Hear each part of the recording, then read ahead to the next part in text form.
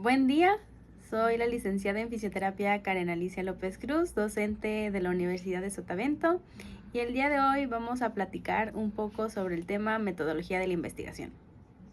El principal objetivo de esta sesión de estudios es identificar, comprender y analizar los pasos que componen la metodología de la investigación, tomándolo como un objeto de obtención de nuevo conocimiento. Hablemos un poco sobre la historia de la metodología de la investigación.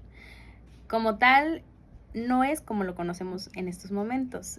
La historia de ella es tan larga como la misma historia de la humanidad. Sin embargo, esto se remota desde la prehistoria y era a base de prueba-error. Si damos un ejemplo, nuestros antepasados recolectaban semillas, se les caían, veía que una planta crecía y a partir de eso fueron repitiendo y perfeccionando el método de sembrar hasta lo que conocemos hoy en día. Posteriormente, en culturas como la griega, sobre todo, pensadores como Aristóteles, Galeano, fueron marcando pausas, pero no tan claras y sistemáticas como tenemos ahora. Fue hasta el siglo XVIII, en el Renacimiento, en el que, con el fin de tratar enfermedades, surgieron 4 pasos importantes. El primero fue observar los casos. Se observaban que la gente enfermaba o moría por causas muy repetitivas.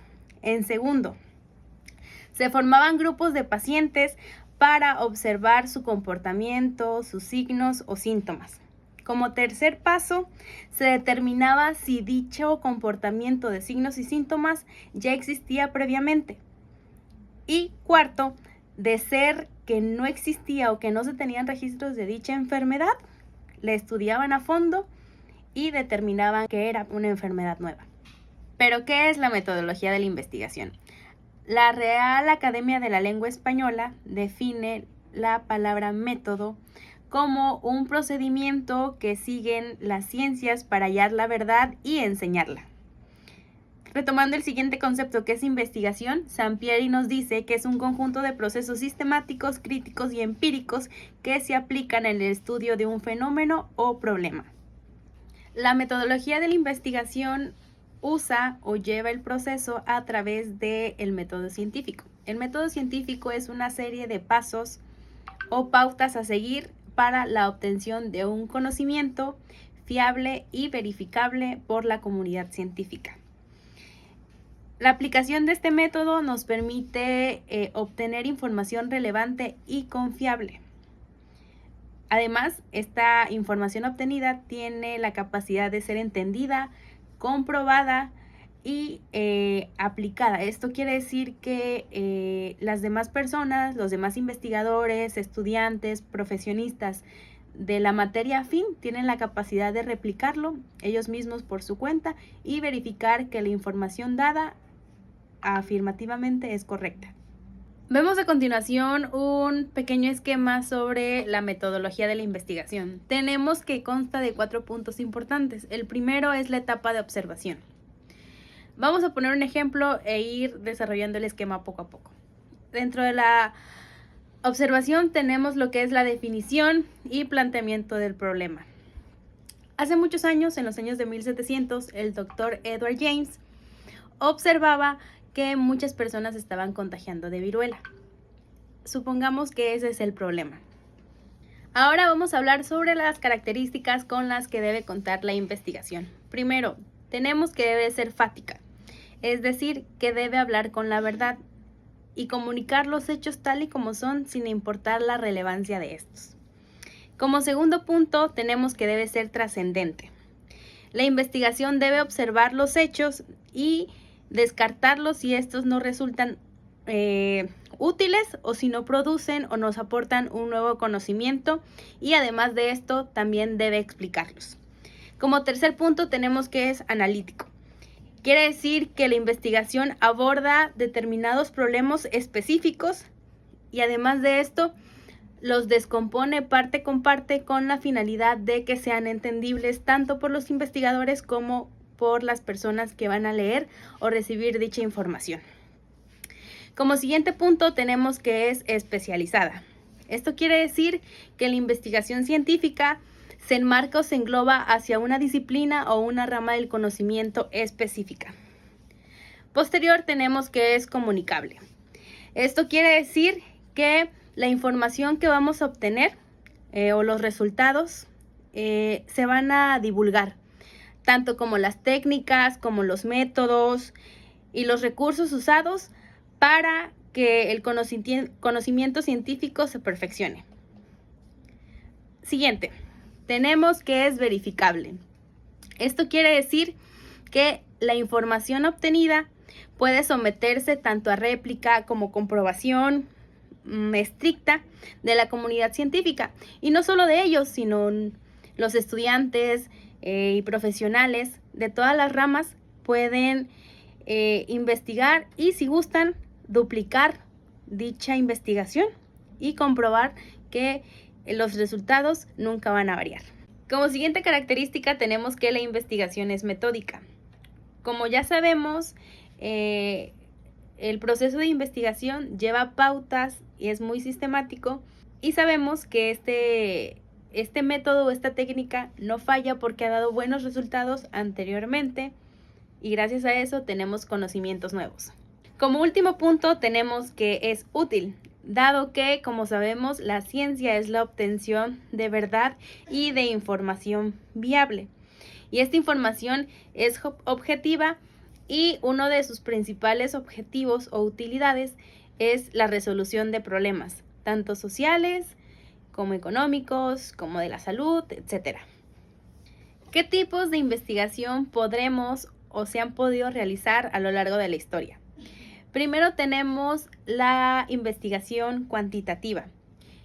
Esto va hacia ciencias más exactas, es medible, es cuantificado y, en pocas palabras, es muy exacto. Posteriormente tenemos a lo cualitativo. Esto estudia más que nada fenómenos sociales y tiende a ser muy cambiable, dado a que las variables pueden modificarse con mucha facilidad. Y por último tenemos el tipo de investigación mixto, que es una combinación de ambas. Puede que se utilice más una que otra y que se le dé otro peso, pero en sí no se define ninguna como alguna en específica, y da como resultado una investigación mixta. A continuación podremos observar un cuadro comparativo donde nos enmarca las principales diferencias entre las investigaciones cuantitativas y cualitativas. Como primera diferencia tenemos que en una investigación cuantitativa se fundamenta en la descripción. En cambio, en la cualitativa, su principal fundamento son las observaciones. Como segundo punto, tenemos que examina de manera científica. La cualitativa no. Esta puede ser un poquito más flexible. Como tercer punto, tenemos que se puede predecir el resultado. Es decir, juntando ciertas variables podremos predecir o anticipar cuál será el resultado. En cambio, en la cualitativa, los resultados pueden variar de acuerdo al contexto, la población en la que llevemos a cabo la investigación. Como cuarto punto, tenemos que los resultados de una investigación cuantitativa son muy generalizados, y en una investigación cualitativa no se puede concluir o no se puede brindar una conclusión al tema investigado. Y por último, en una investigación cuantitativa podríamos dar estadísticas generales de ciertas poblaciones, por ejemplo, y en una cualitativa no se puede, dado que, como habíamos mencionado, las variables pueden variar mucho. A lo largo de la investigación científica vamos a atravesar o realizar varias etapas o pasos para que ésta se lleve a cabo. Tenemos como primer paso la elección del tema. Posteriormente tendremos que realizar la definición del problema, para después hacer la justificación y delimitación de la investigación. Después hacer la revisión de la literatura, formular la hipótesis y el reporte final de la investigación. Como primer paso tenemos la elección del tema. Para la elección del tema podemos tener 5 principales fuentes y vamos a explicar una por una a continuación. En primera tenemos oportunidad. Esto quiere decir que el investigador tiene los medios de todo tipo necesarios para desarrollar la investigación, tanto económicos como materiales, como personas o fuentes de obtención de información. Como segundo punto o segunda fuente tenemos la conceptualización. Esto es con el fin o la necesidad de entender, comprender y explicar un fenómeno que sucede en determinado momento. Como tercer punto tenemos la que es resolver una problemática, que creo que es la que más nos ha orillado a poner en práctica la metodología de la investigación.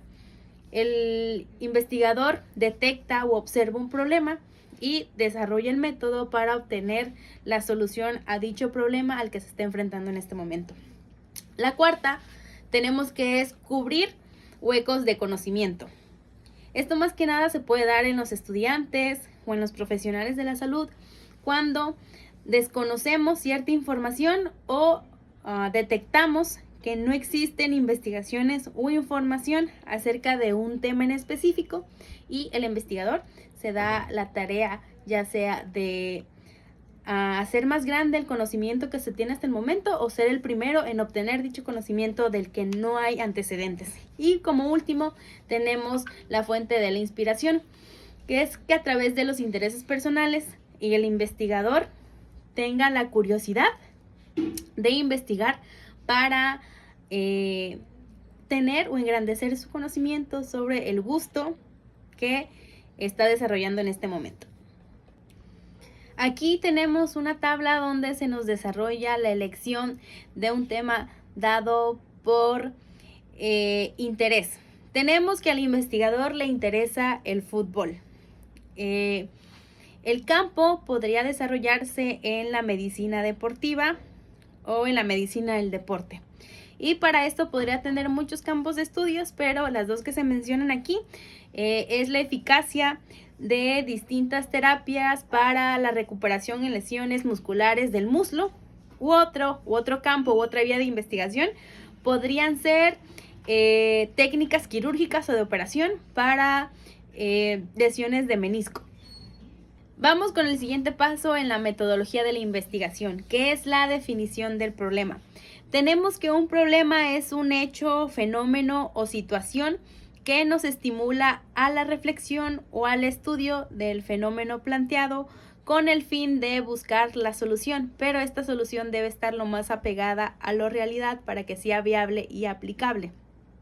¿Cuáles son las características de una adecuada definición de problema? Como primer punto tenemos que este debe formularse sin ambigüedades, sin términos claros, concretos o explícitos, es decir, que no debe tener palabras repetitivas, que debe ser conciso y que nos dé una idea efectivamente de qué va a tratar el tema a desarrollar. Como segundo punto, tenemos que cuando es una investigación cuantitativa debe de expresar claramente una relación entre las variables que estarán en juego dentro de la investigación. Como tercer punto, tenemos que estas deben tener la posibilidad de tener prueba empírica. Como siguiente punto, tenemos que debe ser factible, es decir, el investigador debe tener todos los tipos de recursos, como por ejemplo disponibilidad de tiempo, de recursos, sobre todo el interés de generar un nuevo conocimiento y además que se encuentre en el contexto adecuado para tener los recursos materiales o humanos para desarrollar dicha investigación. Posteriormente, tenemos que este planteamiento debe tener, o esta definición debe tener una dimensión temporal y espacial adecuada. Después tenemos que no hay que confundir el problema con el objetivo de estudio, porque es error muy común que se llega a cometer a lo largo de la investigación. Y por último, es que debe ser formulado en forma de interrogante o pregunta. De hecho, se puede parecer mucho al título de investigación, sin embargo, la característica de este será que se va a presentar en forma de pregunta. Dentro de los problemas o las problemáticas más grandes que nos encontramos al momento de desarrollar nuestra definición del problema es que este puede ser muy amplio y no esté bien delimitado. Otro, que de primera mano pongamos la solución a dicho problema. Otro podría ser que sea muy confuso o repetitivo y llegue a confundir a tanto al investigador como más adelante a los lectores. Y otro, que es de lo más común, es que no llegue a dominar o tener el dominio del tema. Como siguiente punto, vamos a abordar los objetivos de investigación. Esto hace referencia al propósito o al por qué debemos, queremos o nace la curiosidad o necesidad de realizar esta investigación. Como primer punto tenemos los objetivos generales. Este nos va a hablar sobre el propósito general que tiene el investigador a realizar dicha investigación. Esto se responde a preguntas como ¿para qué sirve la investigación? O qué objetivo queremos alcanzar a través de esta investigación. Después está compuesto por objetivos específicos. Estos objetivos específicos son pasos pequeños o el paso a paso o la forma en que vamos a alcanzar el objetivo general. Normalmente estos son secuenciales, claros y muy concretos. Y a través de ellos alcanzamos lo que es el objetivo general. Bien, pero ahora, ¿cómo vamos a redactar o a desarrollar nuestros objetivos tanto generales como específicos? Tenemos que, como había mencionado anteriormente, el objetivo general nos va a dar una vista muy panorámica y general del por qué la investigación. Los objetivos específicos tienen un poco más de pautas. Por ejemplo, deben ser medibles y observables, deben ser cortos y precisos,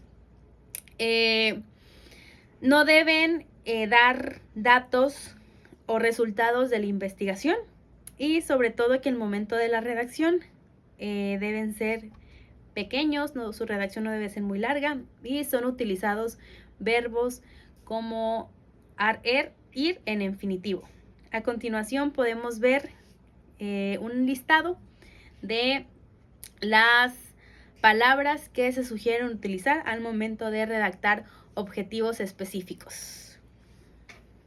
A continuación tenemos los tres principales tipos de investigación. Como primer punto tenemos la investigación histórica, que hace referencia a estudiar cosas, fenómenos o sucesos que ocurrieron en el pasado. Después tenemos la descriptiva, que este tipo de investigación tiene la intención de saber más, comunicar y entender o explicar los fenómenos que suceden en el presente. Y por último, la investigación experimental tiene como objetivo predecir hechos que pasarán futuramente. Vamos con el tercer punto o el tercer paso de la investigación, que es la justificación y delimitación de la investigación. La justificación es el por qué debe investigarse o para qué debe investigarse o qué beneficio o aportación vamos a tener al investigar determinado tema. Es necesario justificar y exponer los motivos por el cual el investigador tiene el interés y el deseo de realizar dicha investigación.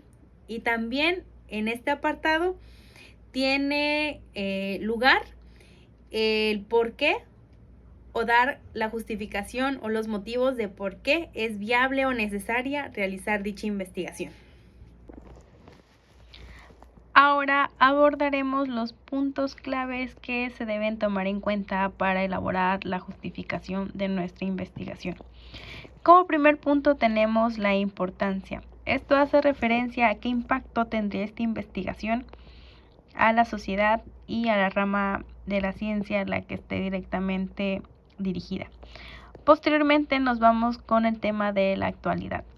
Esto quiere decir que hay que tomar en cuenta la forma en cómo se está tratando este tema en nuestro contexto o en nuestro ambiente. Es decir, qué dicen de ello en las noticias, en conferencias, en cursos, seminarios, en ponencias, que se estén suscitando a su alrededor, para tener en cuenta que este tema todavía sigue de moda o a la vanguardia y que al momento de publicarlo pues igual llame la atención. Posteriormente nos pasamos a que sea novedoso. Este quiere decir que debe ser algo distinto a lo que ya existe actualmente. Por ejemplo, debe ser una nueva técnica, un nuevo método, una nueva máquina, un nuevo equipo. Y con el fin de que traiga beneficios a la comunidad, a una institución o a una rama de la ciencia en específico. El siguiente es la accesibilidad. Se refiere a que el lugar donde se vaya a elaborar la investigación sea de tal vez no fácil acceso, pero de que sea posible llegar y que las personas que habiten ahí pues se presten a que el investigador trabaje sin ningún tipo de problema. Posteriormente nos vamos con la factibilidad. Esto hace referencia a los recursos. Pueden ser económicos, técnicos y demás. Y aquí nos podemos ir por dos vías. A lo personal, que va más que nada qué tan preparado, qué tantos conocimientos tenga el investigador para realizar esta investigación. Y los institucionales, por ejemplo, si determinada institución quiere realizar algún proyecto de investigación, su grupo de trabajo debe estar de acuerdo, debe tener el mismo objetivo y tener el mismo interés por realizar o dar a conocer un nuevo conocimiento o una nueva técnica, por ejemplo. ¿Qué tipos de justificaciones se podrían elaborar en los trabajos de investigación? Primero tenemos las justificaciones teóricas. Estas se realizan con el propósito de generar reflexión y debates sobre un conocimiento previamente existente o analizado. Después tenemos las justificaciones prácticas, que tienen la finalidad de ayudar a resolvernos o proponer estrategias o formas que podrían contribuir a la resolución de dicho problema. Y por último tenemos la justificación metodológica, que propone un método o estrategia para obtener un conocimiento válido y confiable. A lo largo del proceso de investigación podríamos encontrarnos con ciertas limitaciones. ¿Y qué es una limitación? Es una circunstancia, obstáculo o restricción que pueden surgir a lo largo o en determinado punto de este proceso, y como consecuencia esto podría afectar la validez y la generalización de los resultados obtenidos. Tenemos tres principales limitaciones, o las tres que más se llegan a manifestar en los procesos de investigación. El primero es el tiempo. El investigador debe determinar tanto un periodo, tanto en tiempo como en lugar, para llevar a cabo su investigación. Una de las principales limitaciones es que no se llega a prestar o a coincidir con el proceso de la investigación. A este punto nos encontramos en el cuarto escalón o cuarto paso de la investigación, que es la revisión de la literatura. Y consiste en buscar, consultar, obtener minuciosamente bibliografías o referencias y determinados materiales que van a ser útiles para el estudio del tema a tratar. Estas fuentes se utilizan o se buscan con el fin de obtener, recopilar o acumular información de relevancia para el investigador, y que esta va a ser necesaria más adelante para enmarcar o englobar el problema, pero con unas referencias o con un respaldo de información previamente analizada. Una vez que ya nos familiarizamos con las referencias o las fuentes que vamos a utilizar para nuestra investigación, debemos saber que existen distintos tipos de fuentes, de acuerdo a la veracidad de su información. Tenemos tres tipos, que es de fuente primaria de primera mano, fuentes secundarias o de segunda mano y fuentes terciarias o de tercera mano. La primera, que son las fuentes primarias. Estas tienen como característica que su contenido es de carácter original y nos dan información totalmente nueva, nos brindan un conocimiento nuevo. Y este es el resultado de la aplicación del método científico o de un trabajo de investigación sistematizado. Dentro de las fuentes primarias tenemos a los libros, a las revistas científicas, patentes, periódicos, monografías y artículos científicos. Como fuentes de segunda mano tenemos que son fuentes que nos brindan información que se extrajo de una fuente primaria. Esta información tiene la característica de estar reorganizada y ya interpretada y sintetizada, que nos permiten ampliar o reafirmar un tema de interés. Tenemos como ejemplos diccionarios, manuales, enciclopedias y censos, que son las más relevantes. Y como fuentes terciarias tenemos que son documentos que son una compilación o un extracto de una fuente secundaria. Estos tienen como características que sus títulos de publicación son periódicos, es decir, cada cierto tiempo están saliendo. Y como ejemplos tenemos páginas web, blog, revistas colectivas y catálogos. Una vez que la información necesaria y puntual haya sido extraída y recopilada, esta información nos va a ser útil o es necesaria para construir nuestro marco teórico. ¿Y qué es el marco teórico? Es la recopilación de información, conceptos e investigaciones previas que vamos a utilizar para la formación de nuestra base científica, y que más adelante va a ser nuestro respaldo, porque previamente habremos o consultamos por ahí ciertas fuentes de temas afines al que estamos investigando nosotros. Para esto, Sampieri nos recomienda que hagamos un mapeo para organizar la información y sugiere que lo hagamos de lo general a lo específico. Y de esta forma también se nos va a facilitar realizar nuestro índice al momento de la presentación de nuestro trabajo.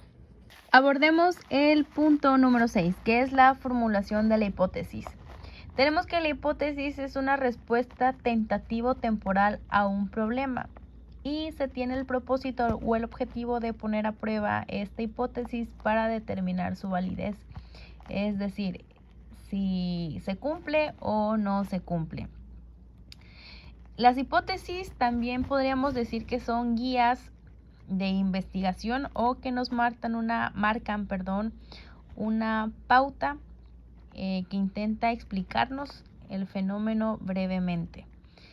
Estas se derivan de teorías que ya existen y son respuestas provisionales. Pero bien, vamos a hablar cuándo se debe plantear una hipótesis. No siempre se llegan a requerir el planteamiento de la hipótesis. Por ejemplo, cuando estamos hablando de investigaciones descriptivas, no se requiere formular una hipótesis. En cambio, si nuestra investigación maneja muchas variables, sí es necesario que planteemos una hipótesis. Y sobre todo si nuestra investigación usa mucho la relación de causa y efecto, se ve obligada a tener una hipótesis. A continuación podemos observar un esquema que nos plantea o nos muestra los tipos de hipótesis que podrían llegar a tener los distintos tipos de investigación. En primer lugar tenemos las hipótesis alternativas, que son aquellas que nos proporcionan o plantean opciones distintas a la hipótesis original del trabajo de la investigación.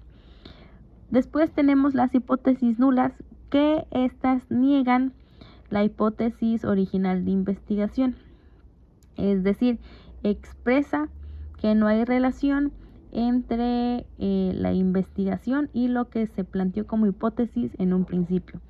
Después tenemos las explicativas. Estas nos intentan expresar una relación entre causa y hecho. Después tenemos a las predictivas, que este tipo de hipótesis, como podría llegar a decir su nombre, nos pronostica el suceso de un evento, esto dado por las variables que se manejan dentro de la investigación. Después tenemos las comparativas. En esta se contrastan resultados o características de los grupos que se llegaron a manipular como variables. Nos hace, por ejemplo, las condiciones o características o estructuras que tienen de diferente una con otra. Aquí tenemos dos que podían ser las direccionales, que indican una tendencia en el resultado, y las no direccionales, que solo expresa una diferencia, pero en los resultados que ya habían sido previamente esperados. Llegamos al momento donde tenemos que poner a prueba la hipótesis. Para esto tenemos que manipular o jugar de manera intencional con las variables que tenemos presente en nuestra investigación. Van a ser de dos tipos y son las más importantes, que son la variable independiente o las causas y las variables independientes, que son los efectos. Aquí tendríamos que revisar o observar cómo es que estas interactúan o qué consecuencias hay a través de la manipulación de una o más de estas. Y como último, pero no menos importante, es el análisis e interpretación de los datos. En este apartado tenemos que examinar, organizar, comprender toda la información que hemos recopilado a lo largo de la investigación. Estas pueden venir de diferentes fuentes, como de la experimentación, de encuestas, de observación, de entrevistas, etc. Estos datos que obtuvimos de la aplicación de estos recursos nos van a dar como resultado la información final que tenemos que analizar al final de nuestra investigación. Como último paso o último escalón en nuestra metodología de la investigación tenemos el reporte final, que es la expresión escrita, previamente sistematizada, estructurada, de los resultados que obtuvimos del trabajo de la investigación. En pocas palabras, consiste en revelar los resultados obtenidos del trabajo a través de un reporte o un escrito que lleva un orden y una estructura. En mi consideración es de las partes más importantes, porque gracias a eso la población en general tenemos acceso a nuevo conocimiento, a nueva información, y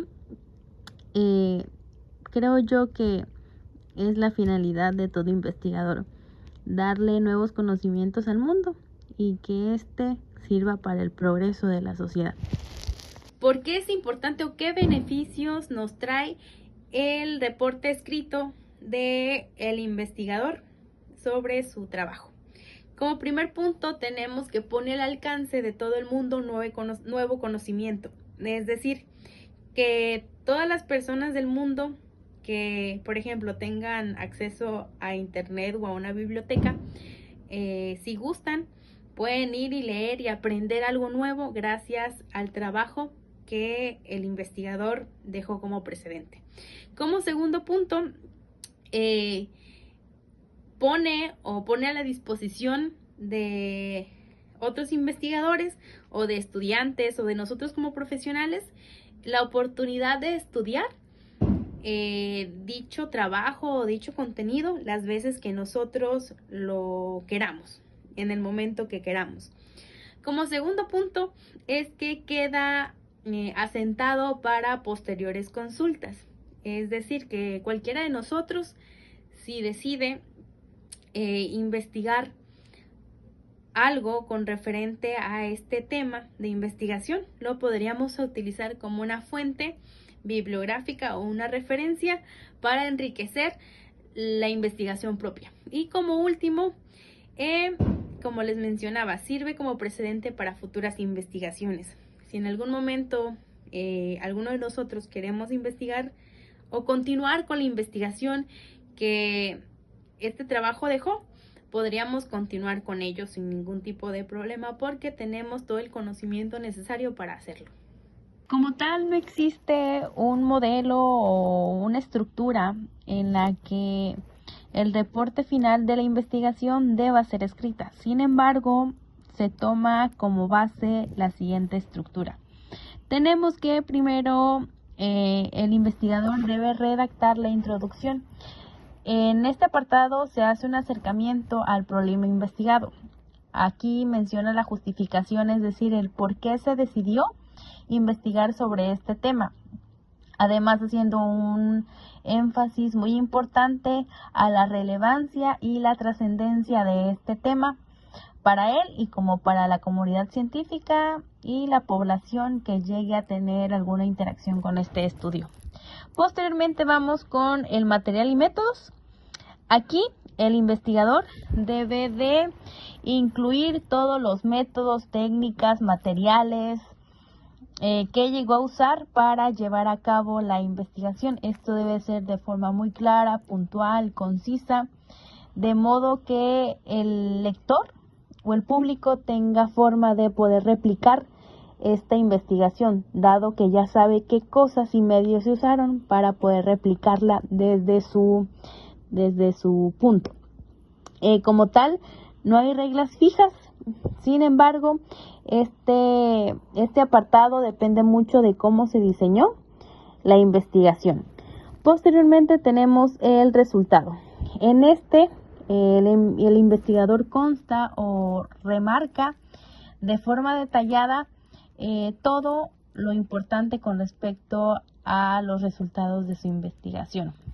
Un dato importante es que esta debe ser de forma resumida y es por eso que se usan algunos cuadros, tablas, diagramas, mapas conceptuales, etcétera, con tal de representar esa información lo más puntual y resumido posible. Posteriormente tenemos a la discusión.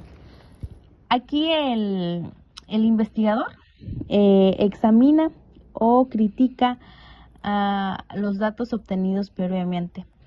En este punto es importante o se aprovecha para poder resolver algunas contradicciones que llegaron a surgir durante la investigación y resalta principalmente que los objetivos y la hipótesis se cumplieron puntualmente de acuerdo a lo planteado en un principio. Y por último tenemos la conclusión, que es una síntesis de todo el trabajo, pero esto va más que nada desde el punto de vista del investigador. Se debe resaltar que las conclusiones siempre deben tener una estrecha relación con los objetivos puestos y las conclusiones tienen que ir encaminadas hacia que si se comprobó o no la hipótesis planteada en un principio.